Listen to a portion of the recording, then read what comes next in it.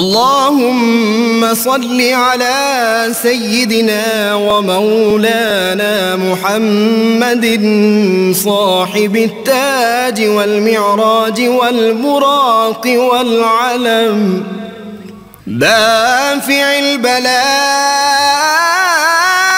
والوباء والقحط والمرض والألم.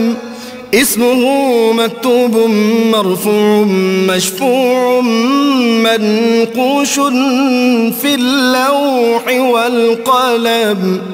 سيد العرب والعجم اسمه مقدس معطر مطهر منور في البيت والحرم.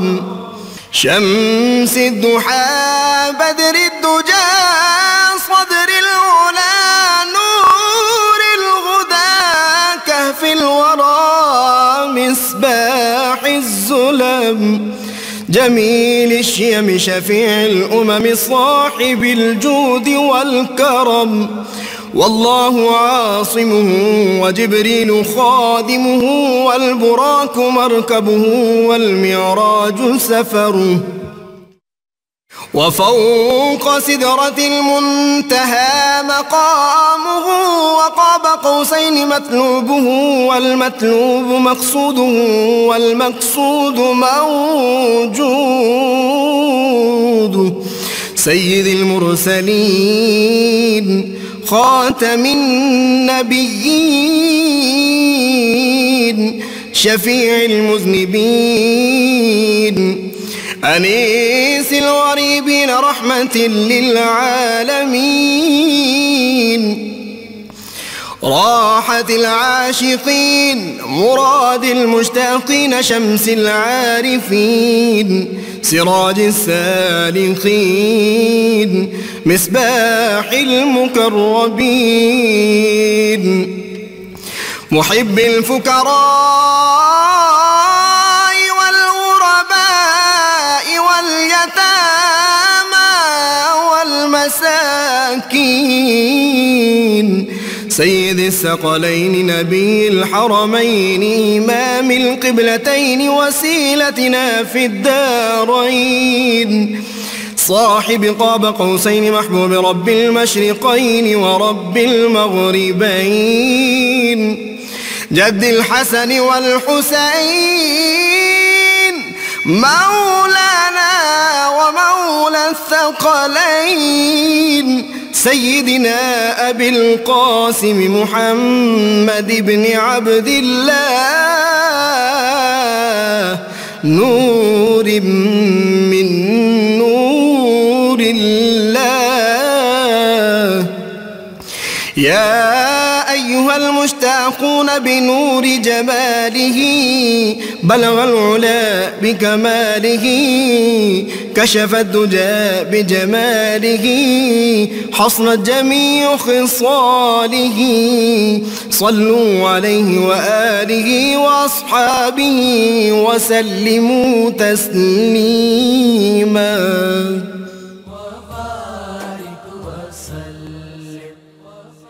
بسم اللہ الرحمن الرحیم. السلام علیکم ناظرین.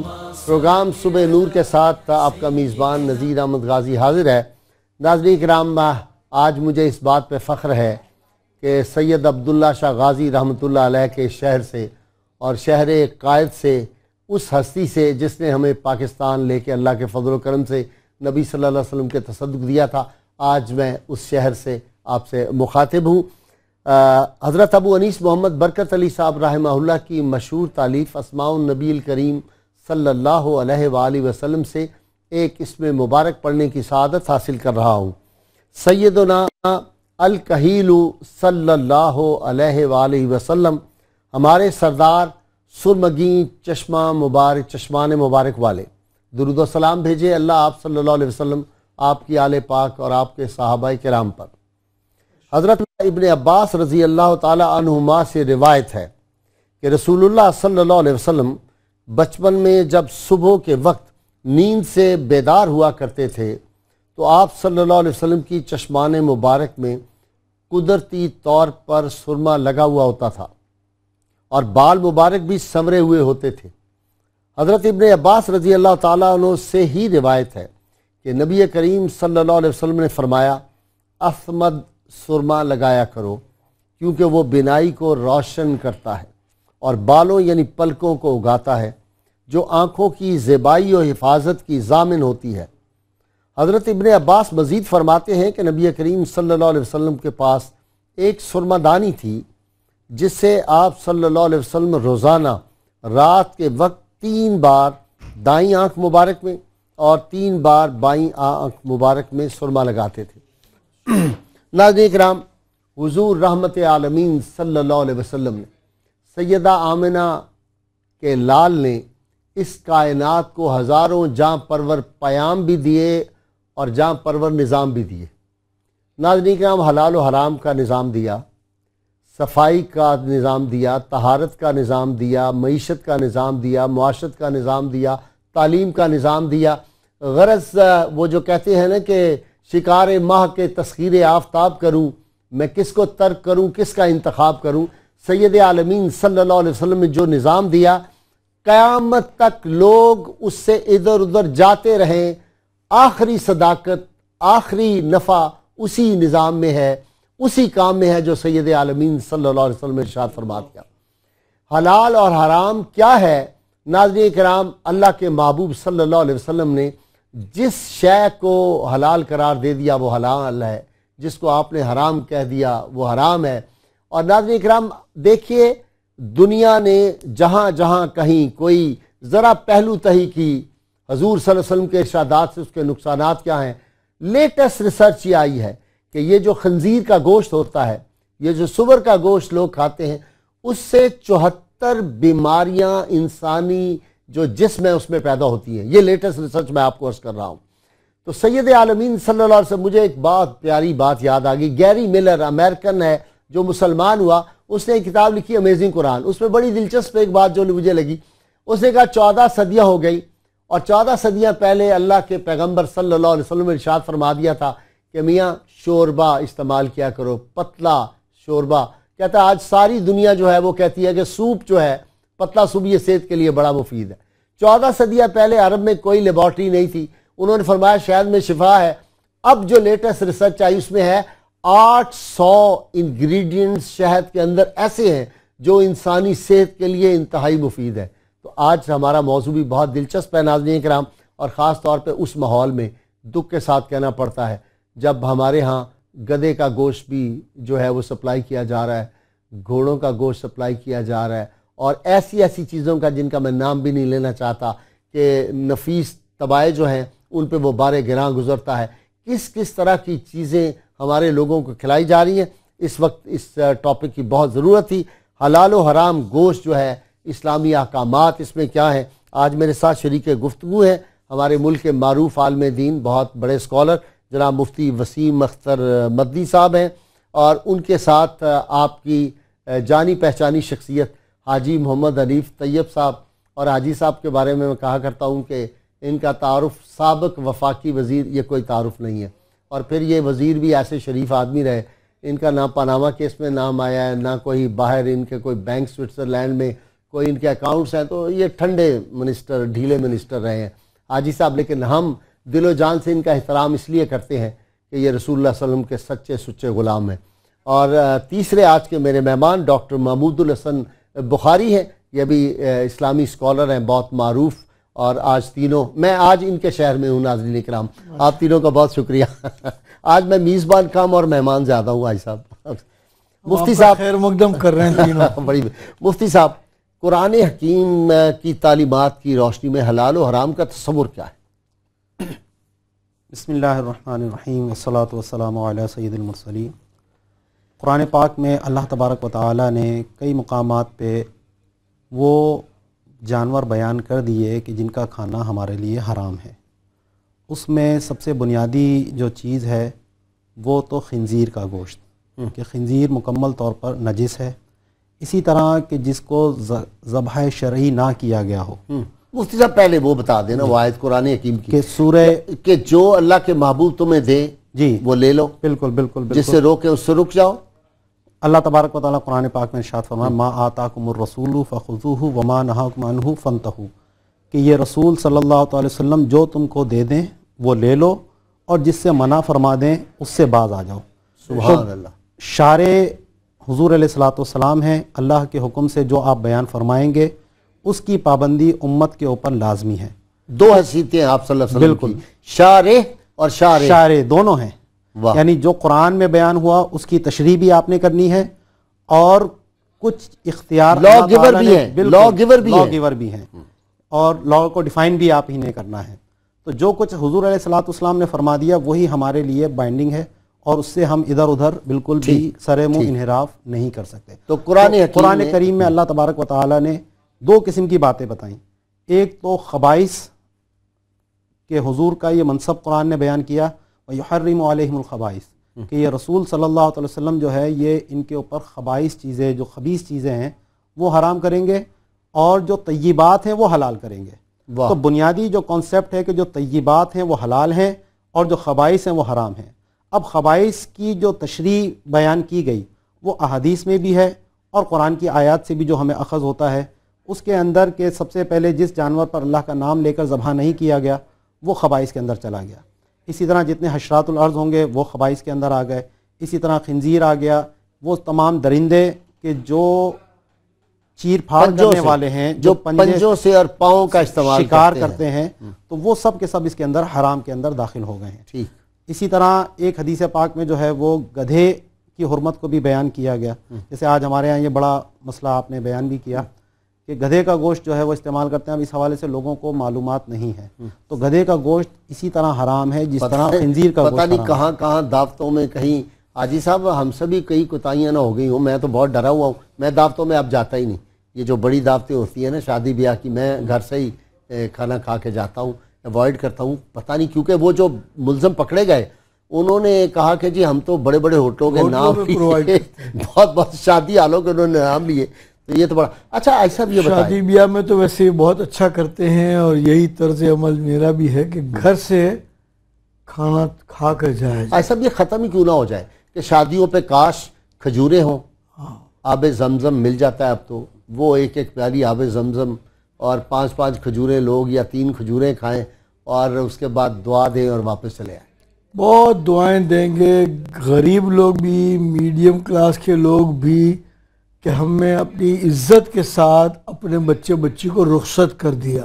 اچھا ایسا بھی یہ فرمائیں نا، یہ جو گوشت ہے مختلف قسم کا، اب یہ بتائیں کہ لاہور میں اور کراچی میں بھی اور بڑے شہروں سب میں ٹھنڈی مرغی ایک ٹرم استعمال ہوتی ہے، جو مرغیاں لاتے ہوئے راستے میں شہید ہو جاتی ہیں، نعوذ باللہ یہ میں مزاحن کہہ رہا ہوں، وہ جو مر جاتی ہیں راستے میں ان کو یہ ٹھنڈی کھاتے میں ڈال دیتے ہیں اور اس کی قیمت ہاف سے بھی کم ہوتی ہے، اور گرم مرغی جو ذبح کی جاتی ہے، تو یہ ذرا بتائیں نا یہ اس کا کیا حل کیا ہے؟ دراصل مرغی تک ہی محدود نہیں رکھا ہے، مردار جانور جو ویسے زندہ ہو تو حلال ہے، وہ مر چکا ہوتا پھر مردار ہو چکا ہے، اس کی سپلائی بھی جاری ہے۔ انا للہ و انا، اور مرغیاں جو ظاہر ہے اگر مر گئیں تو وہ ہمارے لیے بیکار حلال نہیں رہیں، حرام ہو گئیں، ان کی بھی چند ٹکوں کی خاطر یہ سلسلہ جاری ہے۔ اور دراصل بات یہ ہے نا کہ اوپر سے تطہیر ہوتی ہے، جب یہ نیچے چھوٹا چھوٹا کسائی دیکھتا ہے کہ اسمبلی کے بیٹھے ہوئے ارکان اور یہ منسٹر انہوں نے تو مال کمانے کے لیے حلال اور حرام کی تمیز ختم کر دی ہے، تو جتنا راج ہمارا محدود ہے اس میں ہم بھی یہی کریں۔ اور بنیادی طور پر اس میں ملی بھگت جو ہے وہ پولیس کی بھی ہوتی ہے، انتظامیہ کی بھی ہوتی ہے۔ بات یہ کہ جب تک صرف اس حلال حرام کے علاوہ سارے کام میں جب تک رول آف لا نہیں ہوگا، قانون کی حکمرانی، فاطمہ نامی ایک خاتون سے کوئی غلطی ہو گئی، چوری ہو گئی، جرم ہو گیا، اور سفارش بھی اچھی بنو مخزوم کی، بنو مخزوم بہت بڑا خاندان، بہت بڑا عزت والا خاندان، اب ان حضور کے پاس سفارش تو بڑی آ گئی، لیکن حضور نے کہا کہ اس کی جگہ اگر فاطمہ بھی ہوتی تو بھی اس کے لیے فیصلہ یہی ہوتا، اور یہ بھی ساتھ فرما دیا ہماری اس نسل کے لیے کہ تم سے پہلے بھی اور مینس کے بعد میں آنے والے بھی جو لوگ اس قسم کا کام کریں گے کہ بڑے لوگ جرم کریں تو ان کو تو معاف کر دیا جائے، چھوٹے لوگوں کو جو ہے وہ ان کے گردن میں ناپ دیا جائے۔ ڈاکٹر صاحب ہمارے ہاں تو ایسا معاف کیجئے یہ ہو رہا ہے عملی طور پر، بہت بری طور آپ سے میری یہ گفتگو جاری ہے کہ احادیث مبارکہ میں ڈاکٹر صاحب حلال و حرام کا کیا تصور، اس کی تفصیلات کیا ہے، ذرا مجھے بتائیں نا، کیسے ہمیں پتہ چلے کہ یہ جو جانور ہے یہ حلال ہے، یہ جو جانور ہے یہ حرام ہے، یہ پرندہ حلال ہے، یہ پرندہ حرام ہے؟ اصل میں اس میں بنیادی اصول یہ ہے کہ شریعت میں ایک اصول ہے کہ الاصل فی الاشیاء الاباحۃ، اصل میں تو تمام کی تمام چیزیں جائز ہیں، حلال ہیں، اور حرام کے حوالے سے اسپیسیفک احکامات آگے، جیسے کہ مفتی صاحب نے ذکر کیا کہ لحم الخنزیر حرام ہے، مردار حرام ہے، اس کے ساتھ ساتھ وہ چیز جو کہ اللہ رب العزت کے نام کے بغیر ذبح کی گئی وہ حرام ہے۔ تو اب آپ دوسری طرف آ جائیے تو کچھ احادیث کے اندر بھی حضور پرنور حضرت محمد مصطفیٰ صلی اللہ تعالیٰ علیہ وسلم نے حرام چیزوں کا ذکر کیا، ان میں جو علت بیان کی گئی فقہا نے وہ ایذا کی گئی اور حرام، جیسے مثال کے طور پہ یہ ذکر ہوا کہ جیسے سانپ، اس کو قتل کرنا درست ہے، جائز ہے اور ضروری ہے، اسی طرح بچھو، چھپکلی، چوہا، تو اس سے یعنی کہ علماء اور فقہا نے یہ استدلال کیا، مینڈک، بالکل، اور اس سے استدلال کیا گیا کہ وہ چیز جو کہ ایذا دیتی ہے اس بنیاد کے اوپر حشرات الارض کو بھی حرام قرار دیا گیا۔ اسی طرح سنن ابن ماجہ میں اور ابن داؤد میں ایک حدیث مبارکہ ہے جس میں حضور اکرم صلی اللہ تعالیٰ علیہ وسلم نے ارشاد فرمایا کہ گھوڑوں کے گوشت کو کھانے سے حضور نے منع فرمایا، خچروں کے گوشت کے، اسی طرح گدھوں کے گوشت کو کھانے کو حرام قرار دیا گیا۔ تو ان احادیث کی روشنی میں جو بات ہمیں سمجھ میں آتی ہے وہ یہ ہے کہ کچھ احادیث میں اور کچھ قرآن کریم میں عمومی اصول کی بنیاد کے اوپر یہ طے کر دیا گیا کہ یہ چیز حرام ہے، یہ چیز حرام ہے اور یہ چیز حرام ہے، اور اس کے ماں سوا جس چیز کا قرآن اور حدیث میں ذکر نہیں ہوا اس کے حوالے سے علماء کرام نے فرمایا کہ وہ تمام کی تمام چیزیں جائز ہیں، ان کا استعمال کیا جاتا ہے، یہ شریعت کا ایک بنیادی ضابطہ ہے۔ اچھا مفتی صاحب ذبح کرتے ہیں نارملی، یہ ہمارے ہاں پریکٹیکل جو ہو رہا ہے کہ حرام تو چھوڑ دیجئے، گدھا بھی، میں نے ایک کلپ دیکھا تھا ٹی وی پہ کہ یہ جو آج کل شام کو نہیں یہ شوارما کہتے یا پتہ نہیں کیا، یہ برگر، چوہے مرے ہوئے ان کا گوشت اور اس پہ لگایا جا رہا ہے، یہ ٹی وی پہ چلا اور مجھے بھی لوگوں نے کلپ بھیجے اس کے، یہ تو چھوڑ دیں کہ انسان حیوانیت تک پہنچ گیا۔ یہ بتائیں کہ جاتے ہیں لوگ مرغی لینے کے لیے اور وہ باتیں کر رہا ہوتا ہے، سگریٹ پی رہا ہوتا ہے، وہ ساتھ ساتھ ذبح کرتا چلا جاتا ہے، یہ جو بکرے جہاں پہ ذبح ہوتے ہیں یا گائے ذبح ہو رہی وہ آپس میں گپے لگا رہے ہیں اور ساتھ ساتھ وہ ذبح کرتے چلے جاتے ہیں، اس کی کیا وجہ ہے؟ اور پھر یہ جو ہم ماڈرن یہ جو ریسٹوران باہر کی چینیں ہوتی ہیں وہاں پہ اللہ ماشاء اللہ اطلاعات یہ ہیں کہ وہاں پہ بھی جو گوشت استعمال ہوتا ہے وہ سارا جھٹکے کا ہے، گردن اتاری اور وہ صاف کر دیا، 1 منٹ کے اندر وہ مشین کھال الگ کر دیتی ہے، گردن الگ فلاں۔ تو اسلام نے تو جو کہا کہ اس کو ذبح اس طرح کرو، اللہ کا نام لے کر بسم اللہ اللہ اکبر پڑھو تاکہ اس کا خون سارا نکل جائے، تو میں نے خود بڑی چینز کے ریسٹوران سے ایک دفعہ کھانا منگوایا تو وہ گوشت جمع ہوا تھا وہاں۔ اب یہ تو گورنمنٹ کا ہی کام تھا کہ یہ چیک اینڈ بیلنس اس حوالے سے رکھتی، اور دوسرا آخرت کی جواب دہی کا تصور جب تک انسان کے اندر یہ پیدا نہیں ہوگا اس وقت تک ان چیزوں سے اس کے لیے بچنا دشوار رہے گا کہ کوئی دیکھے نہ دیکھے میرا رب تو مجھے دیکھ رہا ہے، میری ہر کام کی مجھے جواب نہیں، اس کا کیا ہے کہ مثلا باتیں کر رہا ہے اور ساتھ ساتھ ذبح کرتا جا رہا ہے؟ یہ اب اس کو شریعت کے جو احکام ہیں اس سے آگاہی نہیں ہے۔ حضرت عمر رضی اللہ تعالیٰ نے فرمایا تھا کہ جو کاروبار کے مسائل نہیں جانتا وہ ہمارے بازار میں آ کر تجارت نہ کرے۔ ہاں باقاعدہ چیک کرتے تھے جا کے کہ اس کو شرعی احکام آتے ہی نہیں آتے، تجارت کے یہ کرنے کے لیے نکلا ہے تو اس کو معلوم بھی ہے کہ کس طرح تجارت کی جاتی ہے۔ تو اب ایک شخص جو ہے وہ گوشت کی دکان کھول کے بیٹھا ہوا ہے، جانور ذبح کر رہا ہے، سلاٹر ہاؤس کے اندر کام کر رہا ہے، لیکن اس کو کوئی چیک کرنے کے لیے تیار نہیں ہے کہ اس شخص کو ذبح کرنا بھی آتا ہے یا نہیں آتا۔ اس کو یہ شرعی احکام معلوم ہے کہ ذبح کرتے وقت تکبیر پڑھنا ضروری ہے، اور تکبیر پڑھے بغیر جان بوجھ کر اگر اس نے تکبیر چھوڑ دی تو وہ جانور مردار ہو گیا، وہ حلال نہیں ہے۔ ہاں اگر وہ بھول گیا، یعنی وہ پڑھنا چاہتا تھا لیکن وہ ایک دم توجہ اس کی نہ رہی اور وہ پڑھنا بھول گیا، تو پھر فقہا نے یہ لکھا ہے کہ یہ جانور جو ہے وہ حلال ہوگا۔ جان بوجھ کر اگر تسمیہ چھوڑے گا تو پھر وہ جانور جو ہے وہ مردار کے حکم میں آ جائے گا اور اس کا کھانا حلال نہیں۔ اب وہ باتیں کر رہا ہے، گپے لگا رہا ہے، منہ میں سگریٹ لگائی ہے یا پان منہ میں دبایا ہوا ہے اور جو ہے وہ ذبح کیا جا رہا ہے تو یہ پھر جانور جو ہے وہ حلال نہیں ہوگا، اور یہ بہت بڑا مسئلہ ہے، کیونکہ ہم لوگ تو جا کے بس گوشت لے کے آ جاتے ہیں، ہمیں یہ نہیں پتہ ہوتا کہ یہ شخص جو ذبح کر رہا ہے یہ شرعی اعتبار سے صحیح درست کر بھی رہا ہے یا نہیں، ہم ایک اعتماد کر کے چلے آتے ہیں اس کے اوپر۔ رزق حرام یا گوشت وہ گدے کا بیچ رہا ہے، پیسے کما رہا ہے، گھوڑے کا بیچ رہا ہے، مردہ جانوروں کا کر رہا ہے، مرغیاں ٹھنڈی بیچ رہا ہے بہت بڑے پیمانے پہ، یہ پیسہ کما رہا ہے، وہ پیسہ کما کے اپنی اولاد کو کھلا رہا ہے، تو حرام سے جو پرورش ہوگی جسم کی، امام غزالی فرماتے ہیں ایک حرام کا جو لقمہ کھائے گا 25,000 تبدیلیاں اس خون کے اندر آ جاتی ہیں انسانی جسم میں ایک لقمے سے، اور پھر حدیث میں آتا ہے کہ کئی روز تک 40 روز تک اس کی عبادت ہی قبول نہیں، اور اسی لیے وہ جو مشہور ہے نا کہ حجاج بن یوسف جو تھا اس کو پتہ چلا یہاں کچھ صوفیاء کی جماعت ہے، وہ جو حکمران کوئی ظالم آتا ہے ہاتھ اٹھاتے ہیں بد دعا دیتے ہیں، وہ تباہ و برباد ہو جاتا ہے مر جاتا ہے، اسے بلا کے ان کو حرام وہ کھلا دیا، اس کے بعد اس نے کہا 40 دن تو اب میں بالکل ٹھیک ہوں، 40 دن میں تمہارا صفایا کر دوں گا۔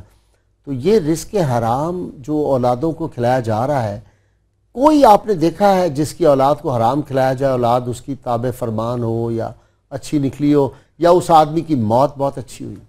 اس میں لمبا پروسیس نہیں ہوتا، فوری طور پر چند ہی مہینوں میں اولاد ایسے ایسے کام اپنے ماں باپ کے ساتھ بعد میں کرتی ہے کہ وہ سمجھتے ہیں کہ واقعی ہم نے اس کو حرام کھلا کر اپنی ساری زندگی اجیرن کر دی، سکھ نام کی کوئی چیز نہیں رہتی، اس گھر میں ادب نام کا کوئی سلسلہ نہیں رہتا ہے، وہی بیٹا بعد میں شادی کر کے ماں باپ کو گھر سے باہر نکال دیتا ہے۔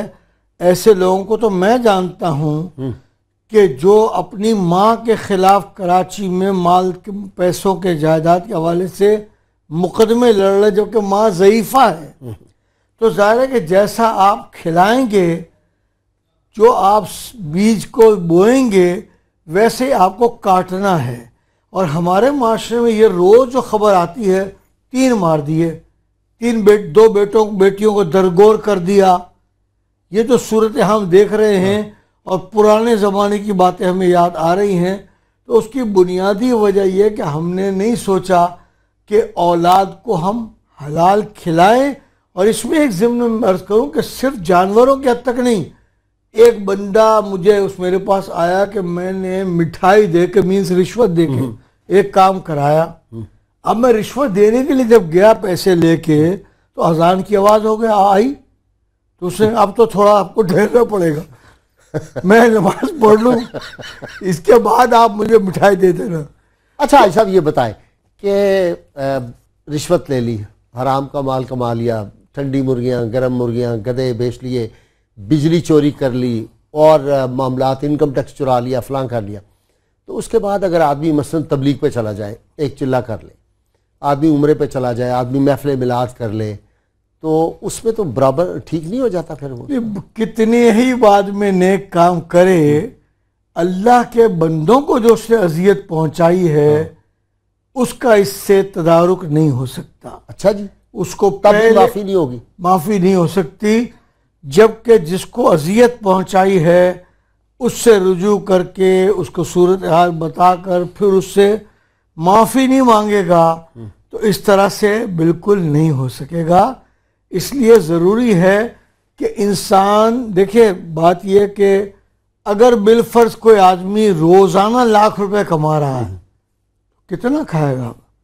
1-2 سلائس کھاتا ہے وہ، جتنا زیادہ پیسے کما رہا ہے۔ اچھا میرا تو خیال تھا کہ کراچی میں جو بہت امیر لوگ ہوں گے وہ روز کا 10 کلو گوشت کھاتے ہوں گے، 50-100 روٹی کھاتے ہوں گے، اس طرح کی نہیں؟ آپ 10 بوٹیاں نہیں کھا سکتے۔ اچھا 10 بوٹیاں نہیں کھا سکتے جی، کیونکہ جب انہوں نے اس طرح کا رویہ اپنایا ہوا ہے کہ ہر چیز حل میں مزید کے تحت کھانی ہے، قبضہ کرنا ہے۔ میں تو ایسے ارب پتی لوگوں کو جانتا ہوں کہ جن کے بچے باہر کے ملکوں کی جیل میں اب مختلف قسم کے گندے کاموں کی وجہ سے، جرائم کی وجہ سے پھنسے ہوئے ہیں۔ ان ماں باپ کی زندگی اب کیا ہے سوائے تباہی بربادی کے، سوائے رونے کے۔ جب دوبارہ آپ کے پاس آؤں گا بریک کے بعد تو آپ نے بتانا ہے یہ بندہ کیوں حرام کماتا ہے، وہ کیا انسٹنکٹ ہے آدمی کی، کیوں کماتا ہے؟ اولاد کے لیے، بیوی بچوں کے لیے، فلاں معاشرے میں بڑا نام کرنے کے لیے، بڑی لینڈ کروزریں لینے کے لیے۔ تقوی جس معاشرے میں بنیاد عزت و حرمت کی نہیں رہے گا، وہاں یہ کام جاری رہے گا۔ اس کا آپ نے جواب دینا ہے جب میں دوبارہ آپ کی خدمت میں حاضر ہوں گا۔ ناظرین کرام، آپ دیکھ رہے ہیں کتنا دلچسپ یہ موضوع ہے، اور آج کی یہ انتہائی ضرورت ہے۔ جو لوگ حرام کما کے اپنی اولادوں کو کھلا رہے ہیں، قبر میں جانا ہے۔ مجھے ابھی تک کوئی آدمی ملا نہیں اپنے ملک میں یا بیرون ملک میں جو مرا نہ ہو، جس کو موت نہ آئی ہو۔ بعض لوگوں کو یہ گمان ہے کہ ان کو موت نہیں آنی، نہیں، وہ ایک لمحہ نہ اس کے تاخیر ہونی ہے، نہ ایک لمحہ اس میں لیٹ ہونا ہے۔ چاہے لندن کے اسپتالوں سے علاج کرائیں، امریکہ سے کرائیں، حساب دینا پڑے گا۔ ہمارے ساتھ رہیے۔ وسيدنا حسين وعلى آله وصحبه وبارك وسلم۔ ویلکم بیک ناظرین کرام۔ مفتی صاحب، پانی کے بھی جانور ہیں، تو پانی میں جو بھی جانور ہے سب حلال ہیں؟ قرآن پاک میں سمندر کا جو شکار ہے اس کو حلال قرار دیا گیا، ٹھیک، اور حدیث پاک میں جو اس کی تفسیر کی گئی ہے وہ مچھلی کے ساتھ کی گئی ہے، ٹھیک ہے، کہ جو مچھلی ہے وہ حلال ہے۔ مچھلی کے علاوہ جو دریائی یا سمندری جانور ہیں وہ ہمارے نزدیک حلال نہیں ہے۔ اب چاہے اس کے اندر وہ کیکڑا، خاص طور پہ ہمارے یہاں آج کل یہ بہت یہ زیادہ بہت مسئلہ، کھایا جاتا ہے۔ یہ کیکڑا حلال نہیں ہے۔ یہ لوگ سمجھتے ہیں کہ شاید اس کا سوپ پینا جو ہے وہ بڑا وہ ہو، تو یہ جو جائز نہیں ہے، کیونکہ مچھلی نہیں ہے۔ مچھلی کا اطلاق جس چیز پر بھی کسی بھی نام کی مچھلی ہو وہ جائز ہوگی۔ اس میں بھی لوگوں کے اندر بڑے جو ہے وہ کہ جی شارک مچھلی ہے تو وہ حلال نہیں ہے، یا وہ ایک اسٹنگ رے فش کے حوالے سے بڑی یہ میڈیا میں بھی بڑی باتیں آئی تھیں، وہ نہیں حلال؟ تو نہیں، مچھلی جو بھی ہے وہ حلال ہے، اچھا ٹھیک، اسٹنگ رے ہو یا جو بھی ہو، ٹھیک ہے، مچھلی حلال ہے۔ صرف ایک وہ مچھلی کہ جو اپنی طبعی موت مر کر الٹی تیر گئی ہو، ٹھیک ہے، حدیث پاک میں فرمایا کہ یہ حلال نہیں ہے، ٹھیک، اور اس کے لیے ذبح کی بھی ضرورت نہیں ہوتی۔ حدیث پاک میں فرمایا آپ علیہ الصلوۃ والسلام نے کہ ہمارے لیے 2 مردار جو ہے وہ حلال کیے گئے، اور 2 خون ہمارے لیے حلال کیے گئے۔ ٹھیک، نمبر 1 جو ہے وہ مچھلی ہے، اور نمبر 2 ٹڈی، اور اسی طریقے سے ایک جو ہے وہ جگر اور دوسرا تلی، کہ بظاہر یہ بھی خون ہی ہے لیکن یہ کھانا ہمارے لیے حلال ہے، ویسے جو خون ہے وہ حلال نہیں ہے۔ اچھا، یہ اوجڑی کا کیا ہے؟ اب بات آ گئی، یہ اوجڑی لوگ بہت کھاتے ہیں۔ اوجڑی کے حوالے سے امام اہل سنت امام احمد رضا خان علیہ رحمۃ الرحمان نے فتاوی رضیہ شریف میں بڑی تحقیق فرمائی ہے، اور آپ نے اس کو یہ ثابت کیا کہ جس طرح حدیث پاک کے اندر 7 چیزوں کا ذکر آتا ہے کہ جو کھانا جائز نہیں ہے، اس میں خون ہو گیا، اس میں مثانہ ہو گیا، اس میں جانور کے نر و مادہ کی جو علامات ہیں وہ ہو گئی، تو اس میں اعلیٰ حضرت نے یہ فرمایا کہ جس طرح مثانہ جو ہے وہ پیشاب وہاں رہتا ہے تو وہ ناپاک ہے، وہ حرام ہے، تو اسی طرح اوجڑی بھی جو ہے کیونکہ اس کے اندر غلاظت رہتی ہے، نجاست رہتی ہے، اور نجاست کے ملنے کی وجہ سے جو ہے وہ اس کو آپ نے مکروہ قرار دیا کہ یہ کھانا درست نہیں ہے۔ ٹھیک، اچھا سب یہ آدم خور بھی ہوتے ہیں، کہتے ہیں کہ انسان کا نعوذ باللہ گوشت سب سے زیادہ مزیدار ہوتا ہے، تو آدم خور بھی لوگ ہوتے ہیں، انسان کا گوشت بھی کھاتے ہیں۔ ایک تو وہ ہے جو براہ راست واقعی یہ فلیش گوشت کھاتے ہیں، ایک وہ ہے یہ جو غریبوں کا مال لوٹ کے باہر لے جاتے ہیں، یہ بھی حرام کا گوشت کھاتے ہیں۔ ایک وہ ہے جو غیبت کرتے ہیں، تو اس کے بارے میں بھی وہ حدیث آپ کو یاد ہوگی کہ 2 عورتوں کو آئیں آپ کی بارگاہ میں، تو آپ نے پیالہ منگوایا اور وہ ان کے منہ سے وہ خون کے لوتھڑے نکلے، تو آپ فرمایا یہ غیبت کرتی رہی۔ دراصل یہ جو غیبت کے ذریعے سے جو کہا گیا کہ اپنے مردار بھائی کا گوشت کھا رہا ہے، وہ اس گناہ سے روکنے کے لیے اس کی ایکسٹریمٹی شدت بتائی ہے کہ اس طرح کے کام کا یہ مطلب ہوتا ہے۔ بہت اچھا، لیکن ادروائز دنیا میں ہیں کچھ ممالک جہاں باضابطہ انسان کا گوشت بھی بکتا ہے اور لوگ وہاں کھاتے ہیں، جیسے کہ ابھی تذکرہ ہوا کچھ ایسے جانوروں کا، چھپکلی ٹائپ کی چیزیں اور اس قسم کی چیزیں، سانپ ٹائپ کی چیزیں کھاتے ہیں لوگ۔ اور ظاہر ہے کہ ہم تو اس ملکوں میں اگر ملک کی نمائندگی کے لیے دورے پر گئے ہیں تو ہم نے ان ہوٹلوں میں جانے سے بھی گریز کیا کہ انہیں آپ کو تو پاک ملے گا نہیں، پاک مسلمان گھر کا بنا ہوا کوئی چیز آ جائے وہ الگ بات ہے۔ تو باقی وہاں ہمیں ذرا ٹھوک نہیں. کئی مرتبہ مجھے یہ just for the sake of information ہے کہ مجھے فلاں ملک میں پاکستان کی نمائندگی کرنی اقوام متحدہ کانفرنس میں، اور انہوں نے اوبرائے ٹاور یا بڑے ہوٹل بک کرا دیے. میں نے کہا یہ کینسل کرا دو گے تو کوئی کینسلیشن کے چارجز ہوں گے؟ بولا نہیں، وہ تو سفارت خانے کا مسئلہ ہے، کینسل کرا دو، میں اپنے کسی دوست احباب میں یہاں ٹھہر جاؤں گا.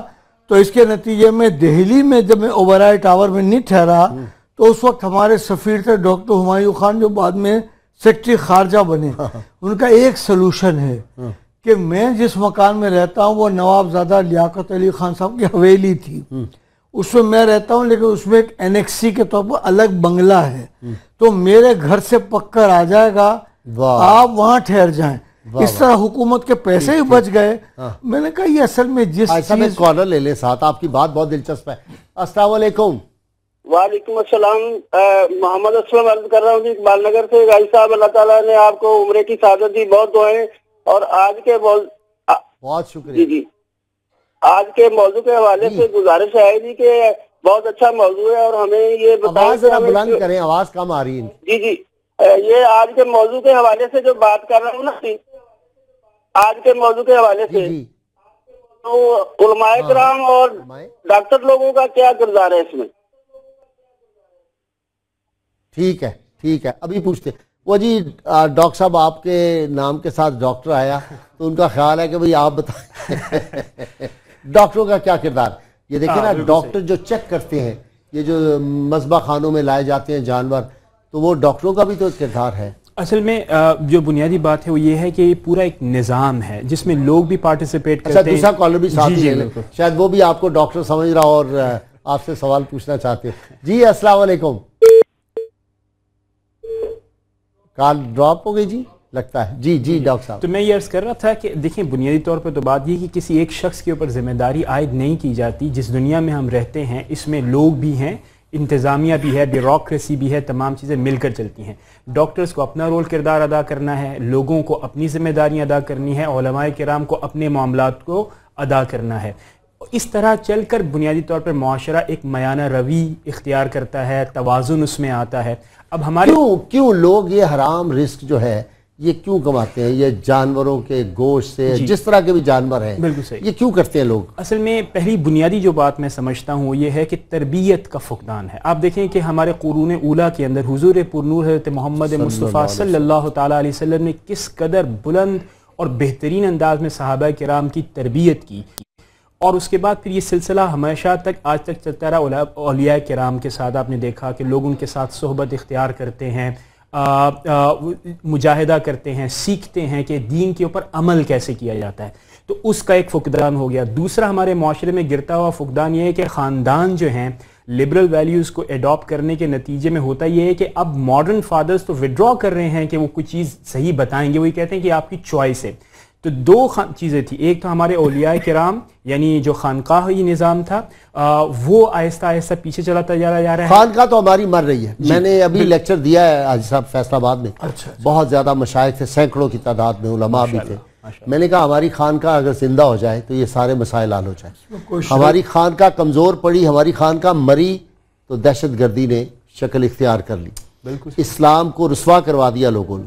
اسلام ان لوگوں کے ہتھے چڑھ گیا جو بعض دانستہ اور بعض نادانستہ طور پر سمجھ رہے وہ دین کی خدمت کریں، وہ دین کی جڑیں ہلا رہے ہیں.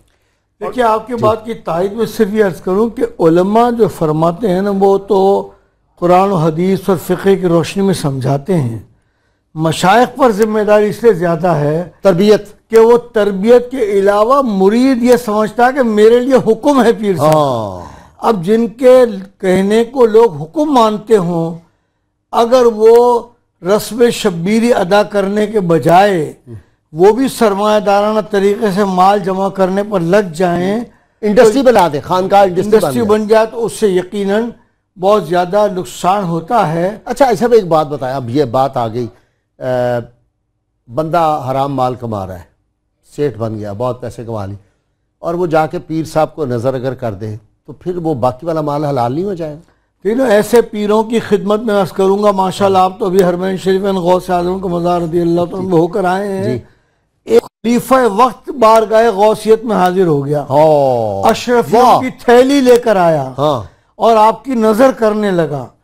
آپ نے اشرفیوں کی تھیلی کو لیا اور اس کو جب نچوڑا تو اس سے خون نکلنے لگا. انہوں نے کہا لوگوں کا تم خون چوس کر یہ نذرانہ مجھے دینے کے لیے آئے ہو؟ اور فرمایا اگر تمہارے سید ہونے کا مجھے خیال نہ ہوتا تو اس وقت تک نچوڑتا کہ تمہارے محل کے دروازے تک یہ خون پہنچ جاتا. تو یہ روایت ہمیں زندہ کرنی ہے.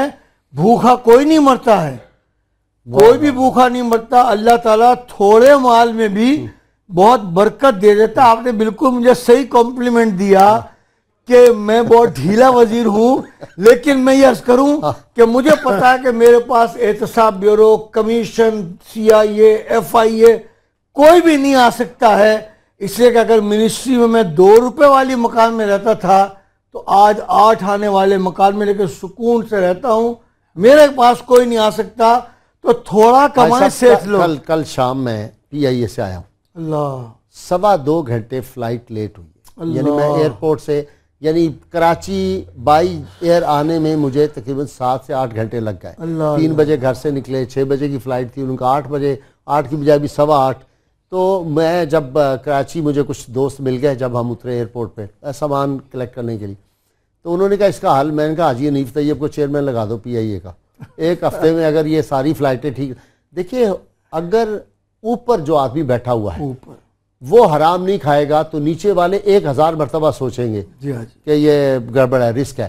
جب حصہ نیچے سے اوپر تک جاتا ہے تو کرپشن کہتے ہیں. ہر آدمی جب گوشت جو ہے وہ انتظامیہ کے افسروں، وہ پولیس کے افسروں کے گھروں میں بھی وہ گدا ہی جا رہا ہوتا ہے. وہ یہ سمجھ رہے ہیں کہ ہمیں بکرا آ رہا ہے، باقی لوگوں کو گدا کھلایا جا رہا ہے. اس میں اور جو ایک چیز جو آپ نے احتیاطاً شاید زبان سے ادا کرنی مناسب نہیں سمجھی، لیکن ناظرین کے لیے فائدے کی عرض کرتا ہوں. کتے تک کا گوشت جو ہے وہ پرووائڈ کیا جا رہا ہے، اور جن ٹیلی ویژن والوں نے ان کو پکڑا انہوں نے کتے کے ڈھانچے، سر کے ڈھانچے جو ہے وہ تک دکھائے. تو بات کیا ہے کہ اگر حکومت اتنا اقدام کرے کہ حکومت ایسے لوگوں کے لیے پلیٹ بنا لے، اس دکان سے کتے کا گوشت بھی بکتا ہے، فلاں تاریخ کو ایسا ہوا تھا، اس دکان سے گدھے کا گوشت بھی بکتا ہے، فلاں تاریخ کو یہ پکڑے گئے تھے. تو پھر اس کے بعد ان کو حرام اور حلال کمانے کے اوقات کا اندازہ ہو جائے. جی صاحب، جو آدمی پکڑا گیا، شاید کلپ دکھا رہے ہو ہمارے ٹی وی والے بھی، وہ جو آدمی پکڑا گیا اس کو کہا گوشت گدھے کا کہاں سپلائی کرتے ہو؟ انہوں نے کہا سب سے زیادہ تو گورنر ہاؤس میں سپلائی کرتا. اللہ اکبر. اور یہاں حالت یہ ہے، مجھے ایک سابق گورنر نے خود بتایا، وہ جو آج کل نون لیگ چھوڑ گئے ہیں، دوسری جماعت میں چلے گئے، چودھری صاحب نام بھول رہا ہوں ان کا، سرور صاحب، وہ لندن سے آئے. یہ انہوں نے خود سنایا ڈاکٹر غلام قادر فیاض کے فنکشن میں مہمان خصوصی تھا، وہ صدارت کر رہے تھے. انہوں نے کہا جی، میں نے کہا یہ پانی جو ہے اس کا ٹیسٹ کر رہے ہیں نا، پانی اچھا، تو کہتے ہیں میں نے کہا کہ پلانٹ کا بھائی پتہ کرو. تو گورنر ہاؤس کا پانی اور داتا صاحب کا جو پلانٹ ہے وہ بھی سارا چیک کروائے. تو کہتا ہے وہ مجھے لوگوں نے کہا نہیں جی گورنر ہاؤس تو بہت اعلیٰ، ہم نے پلانٹ لگایا. جب چیک کرایا تو پتہ چلا وہ بھی 2 نمبر تھا، اور وہ گندا پانی لوگوں کو پلا رہے تھے. ہمارے ہاں یہ تصور ہی نہیں ہے کہ جو حرام ہم کما رہے ہیں مخلوق کو نقصان پہنچا کے. حاجی صاحب یہ کمائی جو یہ حرام لوگوں کو کھلا کے یہ اپنے گھر میں وہ کہتا ہے کہ میں تو اصلی بکرا لا کے ذبح کر کھاتا ہوں، یہ اس کی پوچھ ہوگی اس دنیا میں بھی اور آخرت میں بھی؟ اس دنیا میں تو پوچھ یہ ہے کہ آپ نے کہا نا کہ وہ گورنر ہاؤس اس کے فلٹر پلانٹ کی بہت زیادہ ویلیو تھی، اس کا پانی بھی ایز کمپیئر ٹو داتا علی حجویری رضی اللہ تعالیٰ مزار کے وہاں زیادہ گندا پانی نکلا. تو اس طرح وہ بچ نہیں سکتے. اور اس کے بعد اگلے جہان میں تو حساب ایک ایک چیز کا ہوگا نا. پہلے آج سے پہلے ان علماء سے میں سنتا تھا کہ ذرے ذرے کی نیکی کا حساب بھی مینٹین ہو رہا ہے. وَمَن يَعْمَلْ مِثْقَالَ ذَرَّةٍ خَيْرًا يَرَهُ وَمَن يَعْمَلْ مِثْقَالَ ذَرَّةٍ شَرًّا يَرَهُ. تو پہلے سمجھ میں نہیں آتا تھا 50 سال پہلے کیسے ہوگا. اب کمپیوٹر اور نیٹ نے سمجھا دیا کہ ذرے ذرے کا حساب مینٹین کرنے کے انسان نے خود چیزیں ایجاد کر لی ہیں. اللہ کے نظام کی تو خیر بات بہت بلند و بالا ہے. آپ کو حیرت ہوگی، سننے والوں کو بھی حیرت ہوگی کہ مجھے اچانک پیٹرولیم منسٹر جب بنا دیا جنید صاحب نے، تو شاید پاکستان کی ہسٹری کا واحد آدمی ہوں گا میں ان کے پاس چلا گیا. آپ نے مجھے کیا سمجھ کر پیٹرولیم منسٹر بنایا ہے؟ میں پیٹرولیم منسٹری کی ABCD نہیں جانتا ہوں، تو کیسے ہوگا؟ ان کا نہیں، ABCD جاننا نہیں، آپ کے نیچے PhD ہوں گے جیولوجی کے، پیٹرولیم ٹیکنالوجی کے۔ میں نے 36 آدمیوں میں دیکھا کہ کرپشن روکنے کا کام کون کرے گا، تو میرے کو آپ سمجھ میں آئے۔ تو کرپشن اوپر ختم ہوگا نا تو نیچے خود بخود میسج کمیونیکیٹ ہوتا چلا جائے۔ کچھ نہیں حاجی صاحب، لینڈ کروزر ہے نہیں آپ کے پاس، ہے چھوٹی سی گاڑی میں آپ گھومتے رہتے ہیں، میں اس وقت ہوتا آپ کے ساتھ تو آپ کو کچھ میں گائیڈ شاید کر سکتا۔ اچھا جی، حدیث پاک میں آیا کہ یہ جو ہوس زر ہے، دولت کی جو ہوس ہے، اس کو صرف قبر کی مٹی بھر سکتی؟ حضور تاجدار مدینہ راحت قلب و سینہ صلی اللہ علیہ وسلم نے فرمایا کہ اگر آدمی کے پاس سونے سے بھری ہوئی 2 وادیاں بھی ہوں تو بھی تیسری کی تمنا کرے۔ یعنی یہ تو خواہش نفس جو ہے، خواہش مال جو ہے، اس کی کوئی انتہا نہیں ہے، اور بندے کا پیٹ جو ہے وہ تو قبر کی مٹی ہی بھر سکتی ہے، الا یہ کہ وہ توبہ کر لے۔ اگر اس کے اندر خوف خدا پیدا ہو جائے، آخرت کی جواب دہی کا تصور پیدا ہو جائے، تو پھر انسان جو ہے وہ اس مال کے پھیر سے بچ سکتا ہے۔ مفتی صاحب، کوے کا کیا حکم ہے؟ پرندہ ہے کوا، جو ہمارے ہاں جو معروف کوا ہے، یہ تو حرام ہے، کیونکہ میں نے جیسے بتایا قرآن پاک میں اللہ نے فرمایا کہ یہ نبی جو ہیں وہ خبیث چیزیں ان کے اوپر حرام کریں گے۔ تو یہ کوا جو ہے کیونکہ مردار کھاتا ہے، گند کھاتا ہے، نبی صلی اللہ علیہ وسلم اس کو فاسق کہا ہے جی۔ اور سیدہ عائشہ صدیقہ رضی اللہ تعالیٰ نے فرماتی تھی تعجب ہوتا ہے اس بندے میں جو کوا کھا جاتا ہے، لیکن بعض لوگ کہتے ہیں کھایا جا سکتا ہے۔ خمس من الفواسق، 5 جانور جو ہیں وہ فاسق ہیں، یقتلن فی الحل والحرم۔ ویسے حرم کے جانور کی بڑی اہمیت ہے، وہ کون کون سے؟ اس میں ایک یہ کوا بھی ہے، چیل ہے، سانپ ہے، بچھو ہے، اور یہ گرگٹ ہے، چھپکلی وغیرہ۔ تو یہ وہ جانور ہیں کہ اگر حدود حرم میں بھی ہیں تو بھی ان کو مار دو، اللہ، ان کو وہاں پر بھی امان حاصل نہیں ہے۔ ویسے حرم کے جانور کا اتنی ایک اہمیت ہے۔ جانور کا مجھے بھی پتا ہے حدود حرم میں بھی مل جائے تو اس کو نہیں چھوڑنا چاہیے، وہ ہے گستاخ رسول۔ بالکل، وہ کعبہ کے پردے کے ساتھ بھی ہو، وہ بھی حرام جانور ہی ہے۔ بالکل، ابن خطل جو ہے بلکہ جانوروں سے بالو بدل، اس سے بھی بدتر ہے۔ قرآن شریف میں ہے نا جی، بالو بدل، جی بالکل، اور ذالک زنیم، بالکل۔ یہ تو وہ کعبے کے پردوں سے لٹکا ہوا تھا، آپ وہ کہ حلال ہی نہیں ہوتا۔ بالکل، جو رسول اللہ صلی اللہ علیہ وسلم کی شان پاک میں گستاخی کرے وہ حلال ہی نہیں ہو سکتا۔ بالکل، یہ درست ہے، قرآن کا فیصلہ ہے، قرآن کا فیصلہ ہے۔ قرآن کا فیصلہ، بالکل۔ بعد ذالک زنیم، اس کو کعبے کے پردے سے بھی نکال لو۔ حکم وہ پردے میں چھپا ہوا تھا، پوچھا ابن صحابہ خطل نے کیا کریں، پردے سے نکال کر بھی اس کو قتل کرنے کا حکم۔ یہ بھی ایک میں نے کہا وہ 5 کی قسم گنوائی، چھٹی یہ بھی، وہ تو پھر وہ الگ آپ ہی نے چھوڑ دیا، آپ نے سمجھا کہ انسان ہے وہ اسپیشل کیٹیگری آ گئی نا، وہ تو۔ اس کے لیے علاج بھی اسپیشلی ہونا چاہیے۔ جی جی جی جی، تو یہ 5 جانور بتایا۔ ویسے حرم کے جانور کی اتنی اہمیت ہے کہ اگر ایک سایہ دار درخت ہے اور وہ جانور وہاں بیٹھا ہے، آپ کے پاس کوئی سایہ دار جگہ نہیں ہے، آپ اس کو وہاں سے نہیں اٹھا سکتے۔ اللہ، یہ ہے دین اسلام، یعنی جو احترام انسانیت بھی سکھاتا ہے اور جانوروں سے بھی اس نے سلوک سکھاتا ہے۔ یہ رحمت اللہ عالمین صلی اللہ علیہ وسلم کا نظام، اس جانور کو آپ ہٹا نہیں سکتے، نہیں اٹھا سکتے، گناہ ہے یہ۔ آپ نے وہاں سے اٹھا کر کے میں خود سائے پہ چلا جاؤں تو نہیں کر سکتے آپ ایسا کام۔ تو یہ 5 جانور، لیکن ان کے بارے میں فرمایا کہ یہ جو ہے وہ وہاں پر بھی قتل کیے جائیں گے۔ کیونکہ یہ لوگوں پہ بلا وجہ حملہ کرتے ہیں۔ عام جانور کی تو یہ خصوصیت ہے کہ بھوکا ہوگا تو حملہ کرے گا، لیکن یہ 5 قسم کے جانور وہ ہیں کہ جو فساد پھیلاتے ہیں۔ جیسے کہ چوہے کا معاملہ ہے، گھر میں بلا وجہ جو ہے وہ چیزوں کو نقصان پہنچائے گا۔ سانپ ہے، بلا وجہ ڈسے گا۔ بچھو ہے، بلا وجہ مارے گا۔ یہ کوا ہے، بچے کو کچھ جا رہے ہوں گے، بلا وجہ ان کے اوپر جو ہے وہ حملہ کر دے گا۔ حرام کے نقصانات کیا ہوتے ہیں؟ مطلب عبادت تو قبول ہو جاتی ہے نا، نماز قبول آ جائے، حج پہ چلا جائے آدمی رشوت کے پیسے سے، یا یہ حرام گوشت بیچ کے چلا جائے۔ دیکھیں، بنیادی طور پہ تو بات یہ ہے کہ ایک ہماری اخلاقی ذمہ داریاں ہیں اور دوسری ہماری شرعی یعنی فقہی ذمہ داریاں ہیں۔ اب اس کو ہم اس طرح کیٹیگرائز کر سکتے ہیں کہ اگر آپ نے حرام کام کیا، مثال کے طور پہ آپ نے رشوت لی یا رشوت دی، تو اللہ رب العزت اس کے اوپر گناہ دے گا چونکہ یہ حرام ہے۔ لیکن اگر آپ حج کے پہ چلے جاتے ہیں تو یہ اس حرام کا مداوع نہیں کرے گا، اس کو کمپنسیٹ نہیں کرے گا۔ وہ حرام ہے، اللہ رب العزت کے ہاں آپ کو اس کا جواب دینا پڑے گا۔ اگر آپ حج کرتے ہیں تو حج کرتے ہوئے آپ کو اللہ رب العزت اس کا ثواب دے گا۔ اب بنیادی جو سوال ہے وہ یہ ہے کہ ہماری وہ کون سی اخلاقیات ہے جسے ہمیں، جن کے جیسے کہ ہم نے صوفیاء کرام کے حوالے سے میں نے گزارش کی کہ وہ کیا اقدار ہیں جن کو ہمیں ریوائیو کرنے کی ضرورت ہے، جس کے اندر ہمارے لوگ صرف معاملات کو فقہی انداز میں نہ دیکھیں بلکہ اخلاقی سانچے میں ڈھال کے دیکھیں کہ وہ کون سا انسان ہوگا جو ایک طرف تو رشوت کا پیسہ لیتا ہے، لوگوں کا خون نچوڑتا ہے، لوگوں کو غربت کی لکیر سے نیچے رکھتا ہے، اور پھر اپنے گناہوں کو بخشوانے کے لیے یعنی کہ رمضان المبارک کا مہینہ حرمین میں گزارتا ہے، اور پھر اس طرح اترا کر آتا ہے۔ میں ایسے لوگوں کو جانتا ہوں، بڑے بڑے انڈسٹریلسٹ کو، کہ وہ رمضان المبارک کی لوگوں کی، غریبوں کی تنخواہیں نہیں دیتے، ان کو اپنے پاس رکھتے ہیں، رمضان کا آخری عشرہ گزارتے ہیں وہاں پر حرمین کے اوپر۔ عید ہی نہیں لوگوں کو ملتی، بچے جو عید والے ہوتے ہیں وہ بغیر عیدی کے عید گزار لیتے ہیں، اس کے بعد وہ آتے ہیں اور اس کے اوپر وہ اپنے بینک میں جو پیسے رکھے ہوئے ہوتے ہیں اس کے اوپر وہ انٹرسٹ بھی ارن کرتے ہیں۔ اب سوال یہ پیدا ہوا کہ یہ کیسی اخلاقیات ہے، یہ کیسا آپ کا دین کا تصور ہے؟ حاجی صاحب، حضرت مجدد الافسانی رحمۃ اللہ علیہ کا بڑا مشہور واقعہ، آپ کے صاحبزادگان وہ جب آپ باہر آئے تو دیکھا لوگوں کی جوتیاں جو ہاں پڑی تھی وہ ادھر ہو گئی، کچھ ادھر ہو گئی، تو انہوں نے پوچھا یہ کیا ہے؟ تو صاحبزادوں نے کہا جی یہ جنتیوں کی جوتیاں ہیں، جہنمیوں کی، ان کا کشف اتنا طاقتور تھا۔ انہوں نے حضرت خواجہ باقی باللہ کو لکھا کہ میرے بچوں کی یہ حالت ہوگی کشف کی، انہوں نے کہا میرے پاس بھیجو۔ جب وہ گئے تو انہوں نے بازار سے کھانا منگوا کے، حلال پاک کھانا لیکن بازار کا تھا، وہ کھلا دیا، اور اس کے بعد ان کا کشف بند ہو گیا۔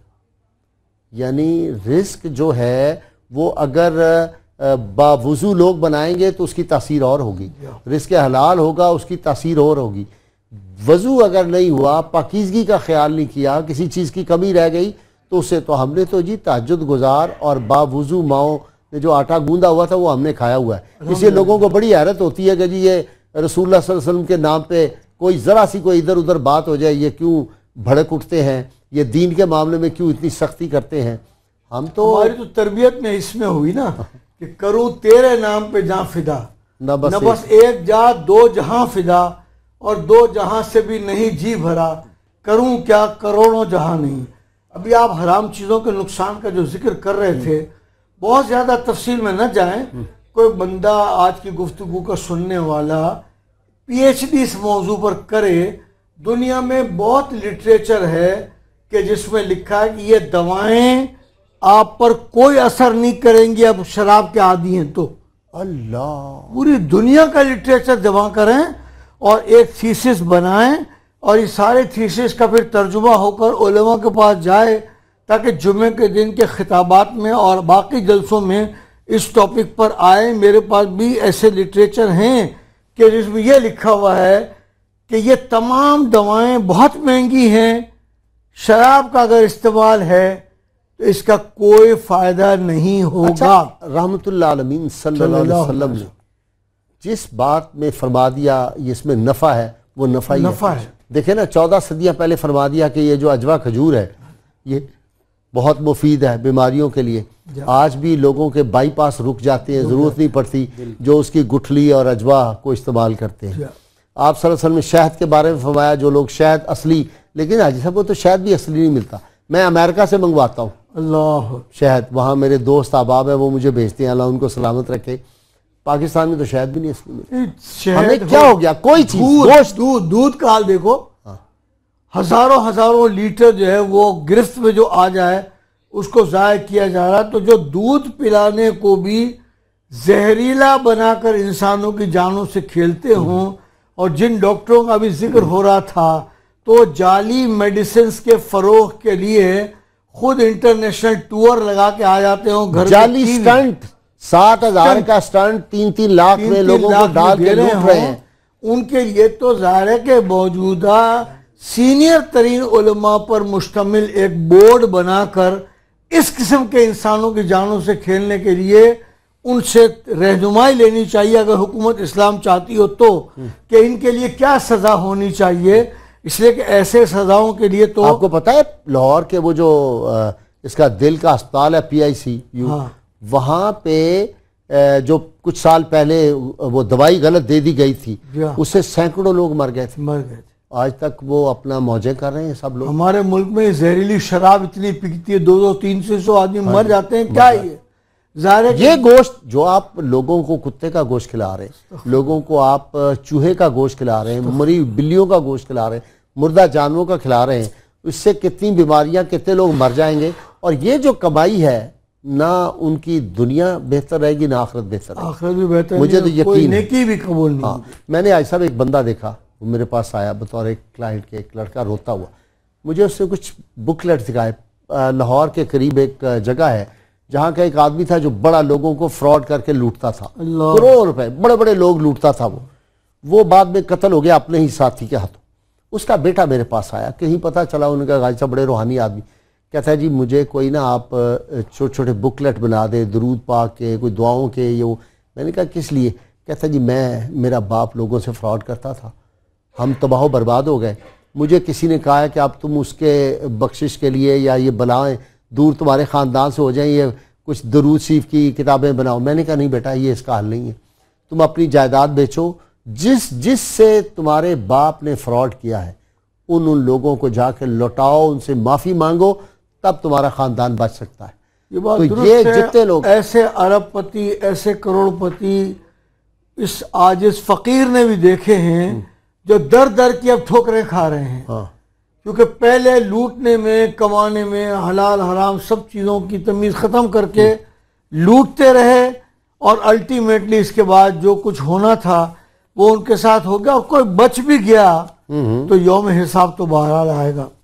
بہت شکریہ حاجی صاحب آپ کا، مفتی صاحب آپ کا بھی بہت شکریہ، ڈاکٹر صاحب آپ کا شکریہ. ہماری تو کوشش ہوتی ہے حاجی صاحب اللہ کرے کہ یہ جو باتیں آپ جیسے بزرگوں کی ہیں یہ لوگ سنیں اور اس کے اثرات ہوتے ہیں. میرے پاس ایسے لوگ آئے، میں نام نہیں لے سکتا، جنہوں نے آ کے کہا کہ ہم بہت غلط کام کرتے رہے ہیں، آپ کے پروگرام سنیں اب توبہ کرنے کو جی چاہتا ہے، بہت غلطیاں ہو گئی، کوئی طریقہ بتائیں کہ اللہ تعالیٰ معافی دے دے.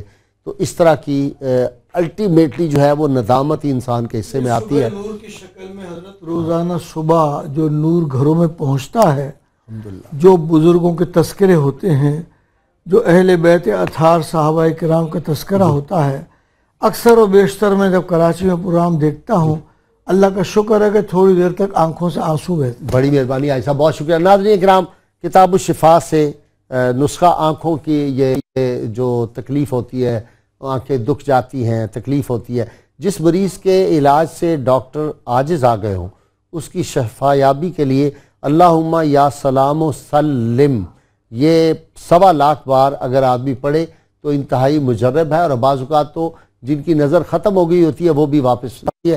اللہ کریم، اور شرط یہ ہے کہ اول و آخر 11 مرتبہ کوئی بھی درود پاک جو آپ کو آتا وہ ضرور پڑھیں. خلیفہ اول سیدنا ابوبکر صدیق رضی اللہ تعالیٰ عنہ فرماتے ہیں بدبخت ہے وہ شخص جو خود تو مر جائے اور اس کا کیا ہوا گناہ نہ مرے، یعنی وہ قبر میں بھی چلا جائے تو جو وہ گناہ کیا ہے اس نے اس کو جو ہے وہ سزا وہاں پہ پہنچتی رہے گی. اللہ کریم سے دعا ہے کہ اللہ تعالیٰ ہمیں نبی کریم صلی اللہ علیہ وسلم کی ذات پاک سے غیر مشروط محبت اور لا محدود وفاداری نصیب فرمائے.